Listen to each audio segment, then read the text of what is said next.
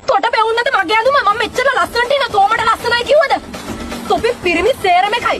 යකෝ දැනගනි තමන්ගේ ගෑණි ළඟ ඉද්දි වැඩ ගනු වර්ණ නොකර ඉන්න. ගල් මූසලයා. අනගිත් මොකද මේවට එකපාරට උනේ? එකපාරට නෙමෙයි දෙපාරට නෙමෙයි 100 පාරට උනොත්. තෝ මගේ ඉස්සරහ කතා කරන විදිහට තෝ වෙන තැන්වල කොහොම ඇතිද බූරුවා? මොකද මේ කතා කරන විදිය? මං කැමති නෑ ඔහොම මට කතා කරනවා. ඇත්තද කැමතිද? පොඩ හිටපන් බල හිටපන්. මම ගිහලා නායමියක් අකට කතා කරන තොට නායමියක් අක්කා කසාද මන් දන්නා. තොට හරියන්නේ ඔය වගේ නාකි ගෑණිය තමයි බූරුවා.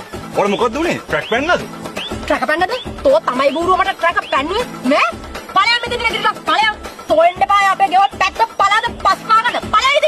තමුසුර පිස්සුදෝයි? මේ මොන මොකලද මේ? මං යනවා යන්න. මං දැන් තමයි තමුසුගේ ඇත්ත ස්වරූපය දැනගත්තේ. ඇත්තද? ඔබ දැනගත්තද මගේ ඇත්ත ස්වරූපේ? අනේ යකෝ තෝගේ ඇත්ත ස්වරූපය දැන් තමයි දැනගත්තේ. තොට ගෑනු කී දෙනෙක් ඉන්නද? තොට ගෑනු කී දෙනෙක් මැසේජ් කරාද? ඒක තමයි අර ගෑනු මට මැසේජ් කරලා කිව්වේ. අනේ නිකන් ඵලයන් යකෝ යන්න තෝ හිතුවද මට මිනිහෙක් හොයාගන්න බෑ කියලා. තෝ විතරද ඉන්නේ? අම්මා මහලකු හැන්ඩියනේ මට තෝත් එක්ක ඉන්න. මේ පැත්ත පලාදින්න නැතුව පස් පාගන්නද? ඵලයන් මෙතන යන්න. තෝ වගේ එකෙක් ඕනේ නෑ යකෝ මම හොඳ මිනිහෙක් හොයන් පෙන්නනවා. ඵලයන්. බූරුවා. එනවා මෙතන. එනවා මෙතන මට මිනිහෙක් හොයාගන්න බෑ කියලා හිතේ. අර මොකද මල්ලි යන්නේ? අර මොකද? කොට මිනිහෙක් හොයන්න යන්නේ.